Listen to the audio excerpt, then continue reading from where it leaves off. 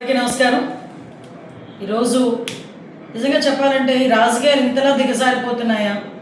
రాజకీయ నాయకుడు పదవుల గురించి లేకపోతే వాళ్ళ నాయకుడు తాలూకా ప్రోత్సాహం గురించో లేకపోతే వాళ్ళ నాయకుడు తాలూకా మన్నల్ని పొందడానికి వైఎస్ఆర్సీపీ నాయకులు ఇంతలా దిగజారుతున్నారా? నిజంగా చాలా బాధ అనిపించే సన్నివేశం. ఎందుకంటే ఒక మంత్రి చేసిన వ్యక్తి, రాజకీయంగా చాలా పదవులు చేసిన వ్యక్తి, చాలా సీనియర్ మోస్ట్ నాయకుడు, వైఎస్ఆర్సీపీ నాయకుడు అంబటి రాంబాబు. నేను ఇంతకుముందు అంబటి రాంబాబు గారు అనేదాన్ని, కానీ గారు అన్న పదానికి అర్హత లేని వ్యక్తి అంబటి రాంబాబు.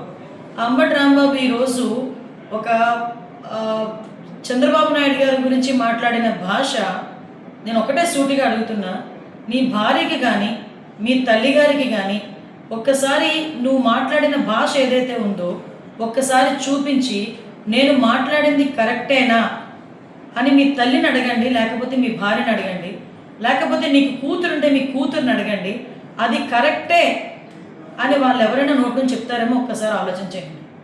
అంటే మీరు మాట్లాడే భాష నీ కుటుంబ సభ్యులు కూడా యాక్సెప్ట్ చేయలేని విధంగా ఉండేటప్పుడు, దట్టు నీ వయసు కన్నా పెద్ద వ్యక్తి, ఒక ముఖ్యమంత్రి స్థాయి వ్యక్తి, అటువంటి వ్యక్తి గురించి చాలా నీచంగా విద్వేషపూరితమైన మాటలు మాట్లాడుతూ ఒక పక్క విధ్వంసాన్ని సృష్టించడానికి ప్రోత్సహిస్తూ లా అండ్ ఆర్డర్ని ఎలాగైనా భగ్నం చేయాలనే ఉద్దేశంతో నువ్వు పన్నాగం చూస్తూ ఉంటే నిజంగా మిమ్మల్ని ఏ జాతిలోకి పరిగణలోకి తీసుకోవాలో కూడా మాకు అర్థం కాదు.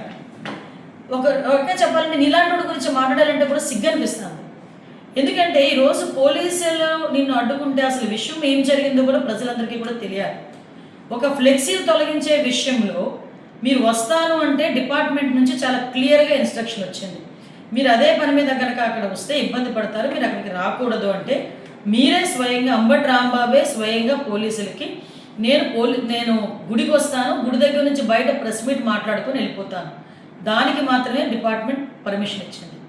డిపార్ట్మెంట్ పర్మిషన్ ఇస్తే వచ్చి దర్శనం చేసుకొని బయటకు వచ్చి ప్రెస్ మీట్ మాట్లాడి అక్కడి నుంచి 500 మీటర్ల దూరంలో ఉన్న ఫ్లెక్సీల దగ్గరికి వెళ్ళేదానికి ప్రయత్నం చేస్తే అక్కడ ఆల్రెడీ కొంతమంది తెలుగుదేశం పార్టీ కార్యకర్తలు, కొంతమంది ఫాలోవర్స్ ఉంటే మళ్ళీ లా అండ్ ఆర్డర్ ఇష్యూ వస్తుందని ఎంత నచ్చ చెప్పడానికి ప్రయత్నం చేసినా పోలీసుల్ని కూడా చాలా అతి దారుణంగా పోలీసులను కూడా దూషించి గౌరవ ముఖ్యమంత్రి నారా చంద్రబాబు నాయుడు గారి గురించి నీచమైన మాటలు మాట్లాడి ఈరోజు అతని స్థాయిని దిగజార్చుకుంటున్నాడా, అతని పార్టీ స్థాయిని దిగజార్చుతున్నాడా, లేకపోతే అతని వ్యక్తిత్వమే అంతా, అతని నాయకుడు తాలూకా వ్యక్తిత్వమే అంతా నాకు అర్థం కాదు. ఏమండి, మీరు అధికారంలో ఉండేటప్పుడు పట్టాభి గారు బోసిడీకే అన్న ఒక పదం ఉపయోగిస్తే మా పార్టీ ఆఫీస్ మీదకి వచ్చి మా పార్టీ ఆఫీస్ని ధ్వంసం చేసిన సంఘటన మీకు గుర్తు చేయాలి. ఆ రోజు ఎందుకు అలాగ చేశారు అంటే మా కార్యకర్తలకి నా గురించి మాట్లాడితే బీపీ వచ్చింది అని జగన్మోహన్ రెడ్డి మాట్లాడిన మాట నేను ఈరోజు గుర్తు చేస్తున్నాను. ఈరోజు అదే పరిస్థితిలో మా నాయకుడు అనుకుంటే ఈరోజు రోడ్డు మీదకి వచ్చి మీరు మాట్లాడగలరా?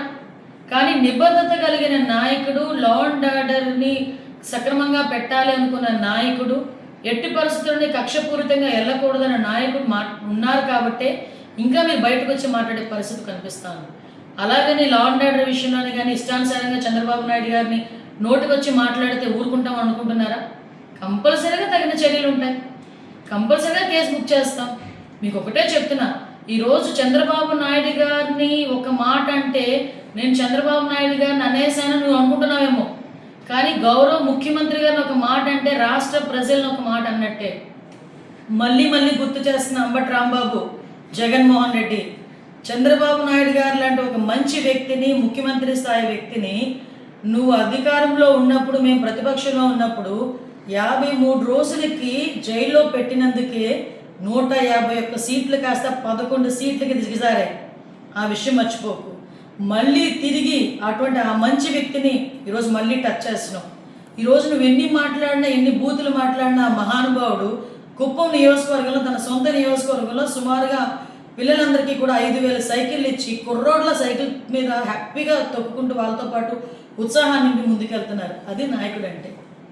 అలాంటిది ఈరోజు అంబటి రాంబాబు తాలూకా మాట తీరు కానీ నేను ఎందుకంటే ఇంకొక విషయం కూడా ప్రజలకు చెప్పాలి. ఈరోజు కల్తీ నెయ్యి విషయంలో రాష్ట్ర ప్రజలందరూ కూడా వైఎస్ఆర్సీపీ మొహాన్ని ఉమ్మేస్తున్నారు. దయచేసి క్షమించాలి నేను ఈ పదం ఉపయోగిస్తున్నానంటే.